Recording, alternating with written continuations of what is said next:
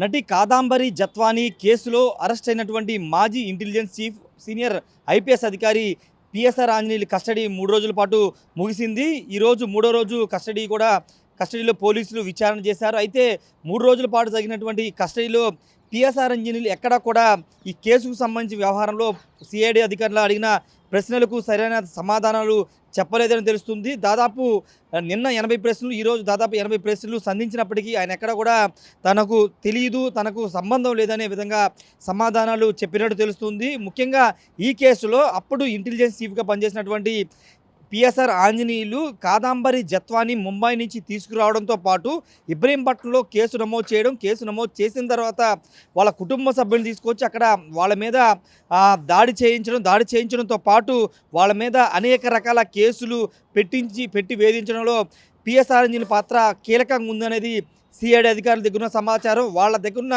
సమాచారం సేకరించిన ఆధారాలన్నిటితో పిఎస్ఆర్ ఆంజనేయుని దాదాపుగా 3 రోజుల పాటు కస్టడీలో విచారించినప్పటికీ ఎక్కడ కూడా పిఎస్ఆర్ ఆంజనేయులు కేసుకు సంబంధించినటువంటి వ్యవహారంలో సమాధానాలు చెప్పలేదని మనకంతున్న సమాచారం. ముఖ్యంగా గతంలో సిఐడి ఇంటెలిజెన్స్ చీఫ్గా పనిచేసిన సందర్భంలో ఆయన ఆదేశాలు, అంటే ఆయన కాల్ డేటా ఆధారంగా ఆయన ఆదేశాలతోనే కాదంబరి జత్వానీ అరెస్టు జరిగింది.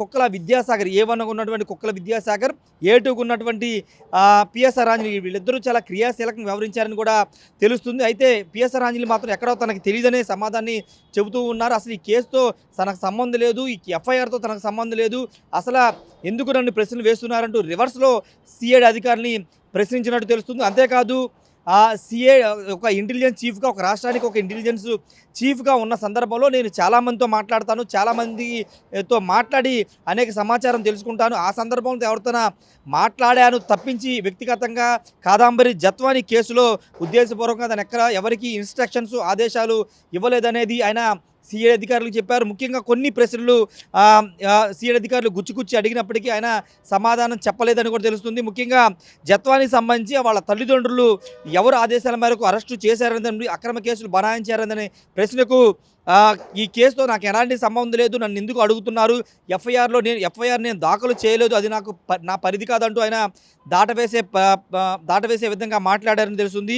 అంతేకాదు ఏ సంబంధం లేకపోతే జత్వానీని అరెస్టు చేయడానికి ముంబైకు వెళ్ళిన విశాల్ గున్ని, అప్పుడు డీసీపీగా పనిచేసినటువంటి విశాల్ గున్నికి మీ నుండి, అంటే పిఎస్ఆర్ ఆంజనేయులు ఫోన్ నుండి పదే ఫోన్స్ ఎందుకు వెళ్ళాయి, ఆ కాల్ డేటా మొత్తం తమ వద్ద ఉందని సిఐడి అధికారులు ప్రశ్నించిన సందర్భంగా, అంటే ఇంటెలిజెన్స్ చీఫ్గా ఉన్న సందర్భంగా నేను ఏ విషయం పైన అధికారులతో మాట్లాడతాను, ఆ సందర్భంగా మాట్లాడాలని తప్పించి ఈ జత్వానీ కేసుతో తనకు సంబంధం లేదని ఆయన దాటవేసే ప్రయత్నం చేస్తున్నారు. అంతేకాదు జత్వానీని అరెస్టు చేసి తీసుకొచ్చి విజయవాడ డీసీపీ పోస్ట్ నుంచి రిలీవ్ చేస్తారని విశాల గున్నితో మీరు మాట్లాడింది నిజం కాదా అంటూ అడిగిన ప్రశ్న కూడా ఆయన చెప్పలేదు, అది నాకు సంబంధం లేదని కూడా పిఎస్ఆర్ ఆంజనేయులు తప్పించుకునే ప్రయత్నం చేశారు. 3 రోజుల పాటు కస్టడీ తీసుకున్నప్పటికీ ఎక్కడా కూడా ఈ కేసుకు సంబంధించిన ఎక్కడ విషయాలు పిఎస్ఆర్ ఆంజనేయులు బయట పెట్టలేదు అని సిఐడి అధికారులు చెప్తున్నారు. మరి ఫర్దర్గా ఇంకా ఇన్వెస్టిగేషన్ చేయాల్సిన అవసరం ఉందని సిఐడి అధికారులు భావిస్తే కనుక మరోసారి సిఐడి కోర్టులో కానీ ఏసీబీ కోర్టులో కానీ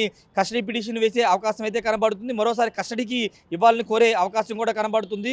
ప్రస్తుతానికైతే 3 రోజుల కస్టడీ అయితే ముగిసింది. 3 రోజుల కస్టడీలో ఎక్కడ కూడా కేసుకు సంబంధించిన వివరాలు పిఎస్ఆర్ ఆంజనేయులు చెప్పలేదు. అయితే ఈ కేసులో కీలకంగా వ్యవహరించినటువంటి విశాల్ గున్ని, అప్పుడు డీసీపీగా ఉన్న విశాల్ గున్ని అప్రూవర్గా మారి తనని కేసుకు సంబంధించి కేసులో బలవంతంగా తీసుకొచ్చింది పిఎస్ఆర్ ఆంజనేయులు. ఆయన ఏం చెప్తే అదే చేశాము, ఆయన ఏ ఆదేశాలు ఇస్తే అదే చేశామని వాంగ్మూలం ఇవ్వడం అప్రూవర్గా మారిన నేపథ్యం ఉంది. కాబట్టి వాటి ఆధారంగా కూడా మరోసారి పిఎస్ఆర్ ఆంజనేయులు విచారించే అవకాశం అయితే కనబడుతుంది. ఏదేమన్నప్పటికీ ప్రస్తుతం ఈ కేసులో A2 ఉన్నటువంటి పిఎస్ఆర్ ఆంజనేయులు అయితే కస్టడీ ముగిసింది. సిఐడి అధికారులు అడిగిన ఏ ప్రశ్నకు కూడా సరైన సమాధానం చెప్పనట్టుగా తెలుస్తుంది. Camera person శ్రీనివాస్తో Rayesh, RTV, Vijayawada నుండి. మరిన్ని వీడియోస్ కోసం ఛానల్ ని సబ్స్క్రైబ్ చేయండి. లేటెస్ట్ అప్డేట్స్ కోసం వాట్సాప్ ఛానల్ ని ఫాలో అవ్వండి. ఆ లింక్ డిస్క్రిప్షన్ లో ఉంది.